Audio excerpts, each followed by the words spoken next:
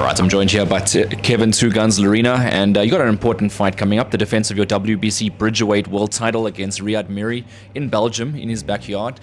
Kev, how are you feeling? Feeling great, hey. You know, it's been a great camp. I've had terrific sparring, great preparation. I'm in great shape. You know, last week was hell week for me as per se. So sparring 12 4-minute rounds, 30-second rest. So really putting myself through it. So I'm really excited for this fight. Obviously, we're going to Belgium. It's his home country. Yes, there's neutral judges and a South African judge, But at the end of the day, I'm going there to knock him out. I'm not going there to get a safe points victory. When I fought Riyad Miri, it was immediately after my fight with Daniel Dubois. So I had to play it safe to get the victory.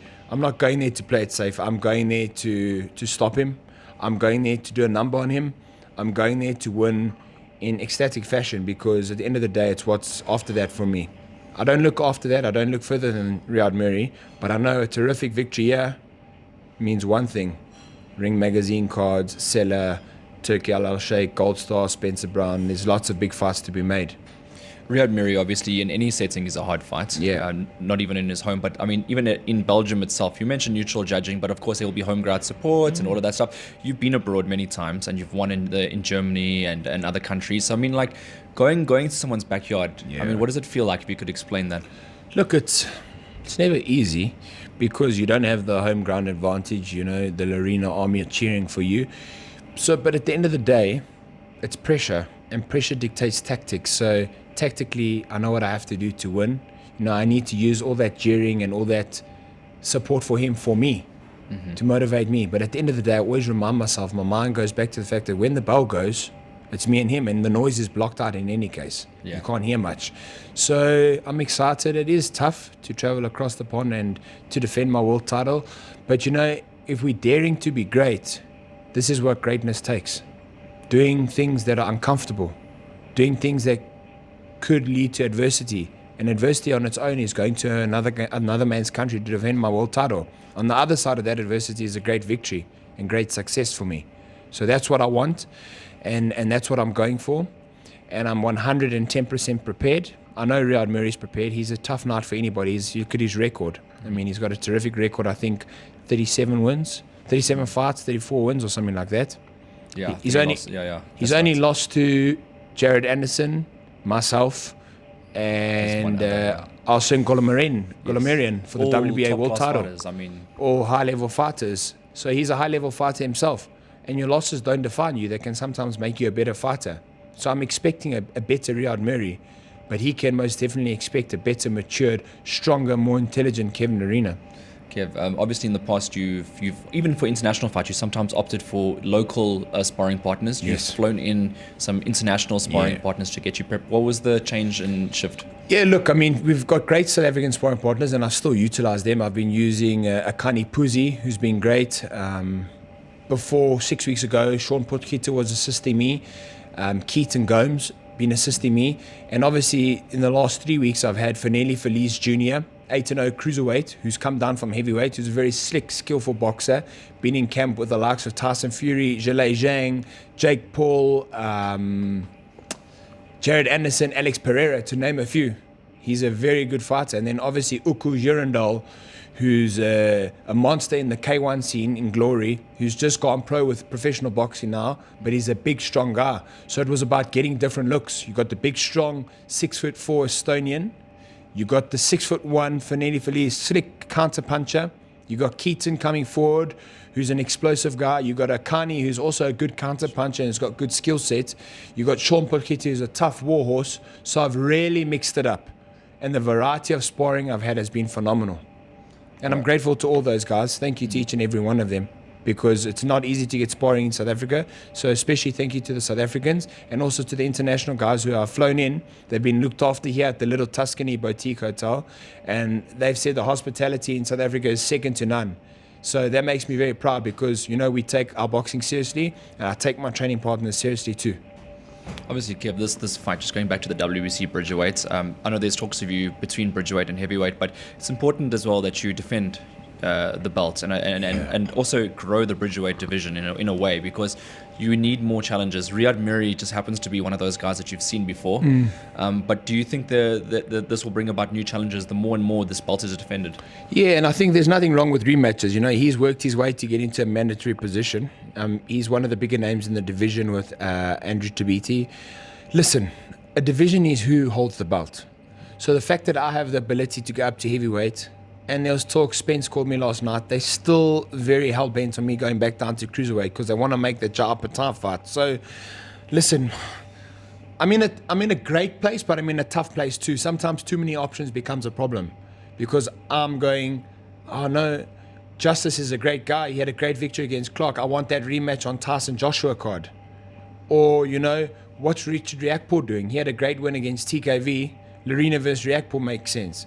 Or a massive fight. Zuffa Boxing, essentially Turki Al-Sheikh and Dana White have signed Ja'Patah. That fight could land on that card too. But it's at cruiserweight. They're not really interested in the bridgerweight fights, to be honest. They're interested in the I'm talking about Ring Magazine itself. Okay, yes. They made it clear we want Lerena at heavyweight or at cruiserweight. But I still need to defend my world title. This will be my second defense, sorry. My first defense was Radchenko. And then I went up to heavyweight to fight for the WBC Eliminator #1 spot against Akoli. And then obviously now the bridgerweight again. So this is my second defense of the bridgerweight world title. And yeah, man, listen. At the end of the day, it's about staying active, about fighting, about earning good money in the sport, because at the end of the day, we don't have a lot of time in the sport. You know, we might have 5 years left. Let's say I want to go until I'm 38 years old or 40 years old. Let's not put a time stamp on it. You know how fast that time goes by. It flies by. So we need to make the most of every opportunity we have. And then obviously still doing great things in South Africa. I'd love to fight here at the end of the year, and I'm hell-bent on that. I would love to defend my world title in South Africa, in Sandton, at the end of the year. And it's not far-fetched. It's very doable if we get an opponent that comes in at the right price. Right. Because my price is essentially not the issue. You know, myself and Peter can dictate what we fight for. We know what's a realistic home world title defense amount. But the problem is when you're bringing in internationals, they just see the dollar. They don't see what's the South African price rate. You know what I mean? 100%. So yeah, but that's obviously something that I'll be very keen on. You know, making great fights in South Africa again. There's a WBC world title fight this weekend. That the South African's challenging for it again. Yes, he is. For the second time. Yeah. It would be nice if he wins it, because then he'll be the fourth South African WBC World Champion. It's Sugarboy Malinga, Dingon Tobela, myself, and then hopefully Kuse, which will be very cool for him. I think it would be nice for South African boxing. And Mauricio's in town. I spoke to him this morning. So he's in town. We'll go see him on Thursday. Yeah, boxing in South Africa is on the up, man. And it's just about rallying and getting behind the sport. You know, we got great sponsors. I've got great, terrific sponsors that are backing me for this fight, as you can see. But more than that, there's the movement. Aquila Boxing Promotions, the brand itself is growing. And we're looking to grow the sport and grow other fighters, grow my colleagues, because they're the ones essentially who are putting it all on the line.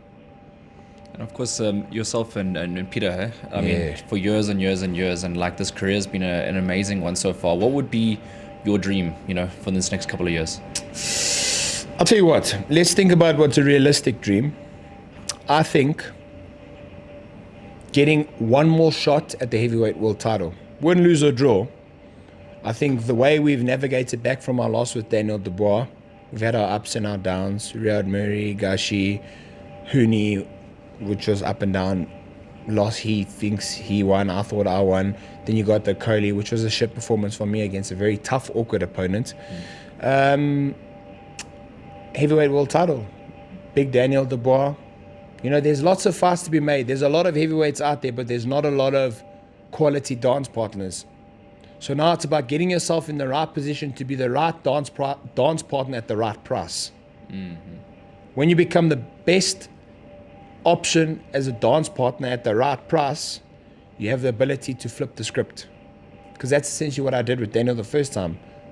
Dance partner at the right price, almost flipped the script. You just need the opportunity.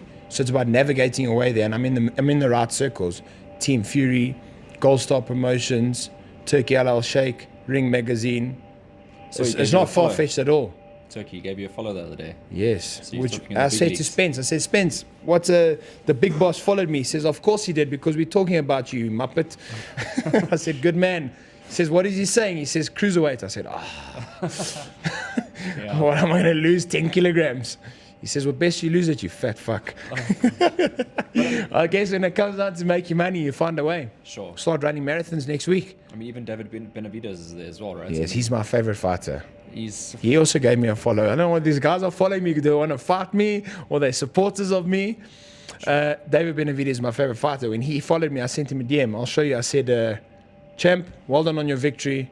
You're my favorite fighter. I wish you all the best. He says, you too, man. Wish you all the best. respect. So it's just crazy. Like, we're up there amongst the greatest fighters in the world at the moment. It's recognition, right? I'm just proud. Proudly South African. Proudly South African. Yeah. Going on the road again, and this time, what's your prediction? This time you beat Yeah. Mary on points the last time. What's your prediction? Hey, you know what? Raad's a tough competitor. I think he's only been stopped by Golomarian. But I'm going to stop him. And you know how I'm going to do it? Big volume, skill set, and the right moment. You know, it's what's in my mind. It's not that it's the only thing I'm going to look for, because if you look for the stoppage and the knockout, it usually doesn't come. But when you put it together, it will come. And he's a tough competitor. However, he's got leaks in his armor. He's got cracks in his armor. And we need to exploit those. And we need to make sure that our armor is strong. And that's what we're going there to do.